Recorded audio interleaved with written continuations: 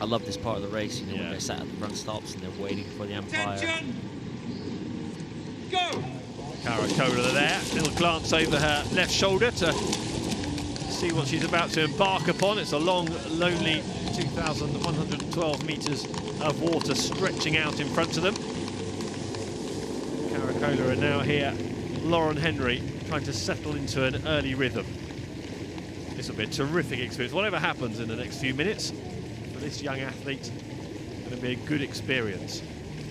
Yeah, absolutely. I mean, you know, I'm impressed. Henry is, you know, Lauren Henry. She's kind of very relaxed face. Doesn't seem to be phased. She's up against a very, very, you know, experienced U.S. international, and she's, you know, it looks like she's embracing the challenge. And her race plan is presumably to stay in touch for the early stages of the race and see how it unfolds. Certainly, that's what's happened at the moment. She's tried to stay level, pretty much stroke for stroke, at the early stage of this race. Yeah, I mean, Tim, you know, on paper, there should be a gap already between Cara and Lauren, and Lauren's hanging in there very well. I think we could be in for, you know, a pretty decent race here. So Lauren Henry, who was a finalist of the same cup last year, she lost by just 3 feet, believe it or not. A really tight finish in the Princess Royal Challenge Cup last year. Looking to go one better this weekend.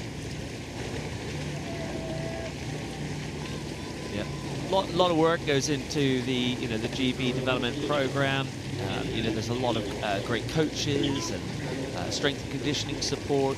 And you know, Lauren's definitely one for the future, but it's not about the future today for her. It's about taking the bull by the horns. It's like, you know, the reality is that at the end of the day, when you sit on that start line, your opposition's your opposition, and everyone's human. So, you know, just because the form book says one thing, you know, it doesn't mean it has to be written. Yeah, it's a very well-resourced program, definitely, and actually you can't keep talking about potential for too long, can you?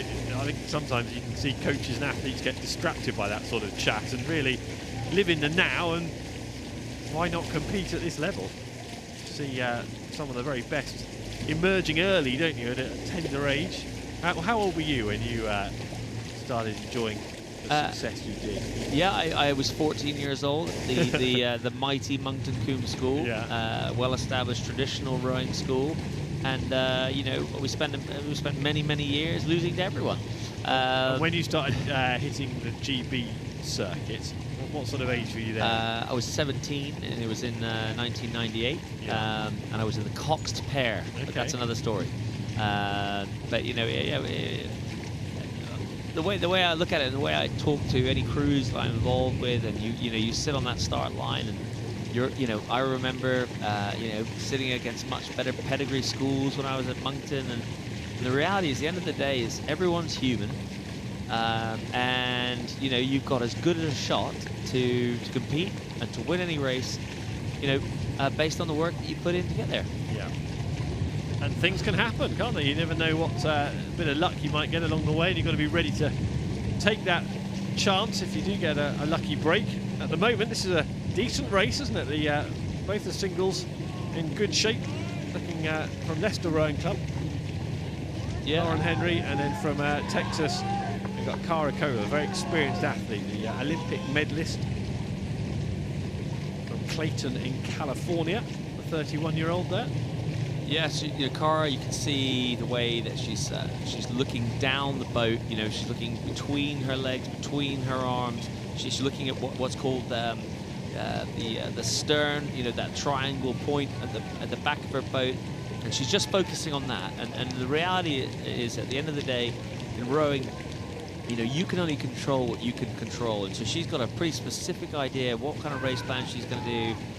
She's trying not to let the conditions phase her. You can see there's a big amount of wash she's about to hit in a few strokes time, that massive ripple up there. But you can't do anything about that. All you can do is control what you can do. Just having a look at that red flag in the bottom left, and you can see the flag on the back of the umpire's launch as well. There is a bit of wind. It's an inconsistent wind, isn't it? Gusty. It suddenly picks up and then drops. Not quite sure what you'll get down the course at the moment. Yeah, swirly, I believe is the word, Tim. Swirly. Well, if it's going in the same direction but drops, abates, and then picks up again, is that swirling officially? Yeah, maybe. I mean, we can take this up to the pub later. I think we should. Yeah, let's do that. but no, look, I'm really impressed. I'm really impressed here with Lauren. You know, she's a young athlete, and the gap between her and Cara, hugely pedigreed rower. You know, class athlete, Olympic medals, and Lauren, you know, she's really hanging on and fighting to the end, and that's all you can do. Yeah, still some way to go, but very nice rhythm from Cara Kohler, and she'll have, of course, the advantage of being able to see every move from Lauren Henry, and it gets a bit isolating and lonely potentially for the boats behind here. Yeah, to me it looked like there was a bit of a move there by Cara. You're getting to the later stages of the race. Very strong headwind. It's those experienced athletes. They know what the wind is going to do. Well, she's going a bit too central here. The umpire just suggesting to Kohler that she might like to get back onto the buck station. Now, why? Talk us through this, Alex, because she's a long way ahead, and for casual observers of the sport, they might say, how interfering is that when you're that far ahead to have strayed out into mid-water?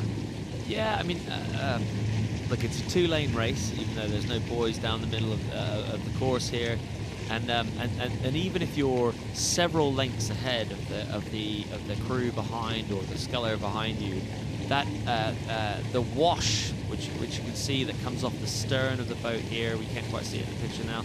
That wash creates great disturbance in the water, and then the crew that's following finds it very, very difficult. You know, it throws them off balance. It makes rowing very, very difficult, not efficient, not simple, not easy, and it's not very fair. Particularly in these smaller boats, presumably, because if you're in an 8, you've got a bit more weighing you down, haven't you? Whereas if you're in a light boat like this, a single, for instance, a smaller boat, you're more susceptible to being splashed around a bit. Yeah, absolutely. You know, but also, I doubt that Cara did that on purpose. There is a lot of wind out there, and you can see from the flags it is actually blowing from the Bucks to the Berkshire station, so that will be pushing her across the river. You know, this is a boat without somebody steering it for you. You know, in a pair or a double, you have a foot plate that's attached to a rudder, and you can turn the rudder. But in a single, it's all done by the pressure between the two oars. So, you know, how hard are you pulling on one side or the other? And you know, it's very, very challenging. Fantastic view of Henley Town Centre, St Mary's Church, peeking up amongst the trees, and you've got all the boat houses and the restaurants you can see out on the right-hand side, the pleasure craft, stewards to the left, and the finish line not too far away. And you can see Alex Partridge in the commentary box if you look really carefully, if you know what you're looking for. He's waving. There you go, you can see my hand. Or my bald head. You've got the flags fluttering in the light breeze at the moment. And it's a good performance from Cara Kohler, who's in front of stewards. Lauren Henry, well, we said right at the start, didn't we? Whatever happens in the next few minutes, this is going to be a terrific experience. And she would have learnt a lot from that, I'm sure. She might not have enjoyed the result, but as an experience for a 20-year-old athlete on the Friday of Henley Royal Regatta in front of a big crowd, in testing conditions, up against one of the world's best, that's good experience. Yeah, absolutely, and that's the great thing about Henley. You know, you can get somebody right at the beginning of their international career, 20 years old, going up against what effectively is one of the big guns. You know, Cara has been around. She's very, very experienced. You can see how focused she was when she was rowing. And the reality is that's why she's got the win today and crossing the finish line ahead. Cara Kohler into the semi-finals of the Princess Royal Challenge Cup. Lauren Henry